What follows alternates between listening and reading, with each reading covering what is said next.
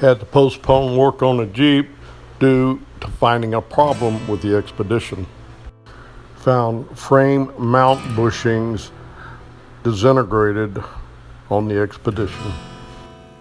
Good afternoon, Saturday, May 25th, and this is a My Jeep update. Okay, on my last video, I'm going to have to backtrack because I informed subscribers and viewers that I was going to get on my real serious work on this Jeep. And now I'm going to have to postpone that because of these two vehicles. Well, the Expedition, I did oil changes. I just finished the one on the Fiesta.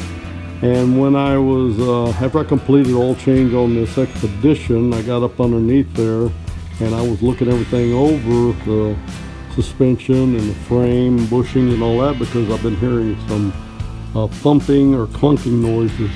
And I found that I have several frame mount bushings that are completely disintegrated. So, and I'm having trouble locating a kit for this,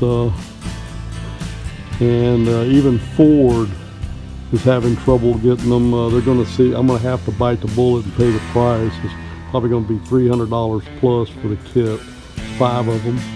Anyway, I've got to get these done before I get on this Jeep, because when I pull that pan and I got to do the pump, the main bearings, the rod bearing, the rear main seal, I got a feeling it's going to take me a while.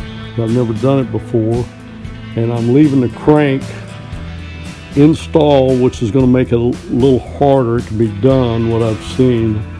But I wanted to make this quick video and apologize for not giving you the right information, because I was really looking forward to getting back on my Jeep.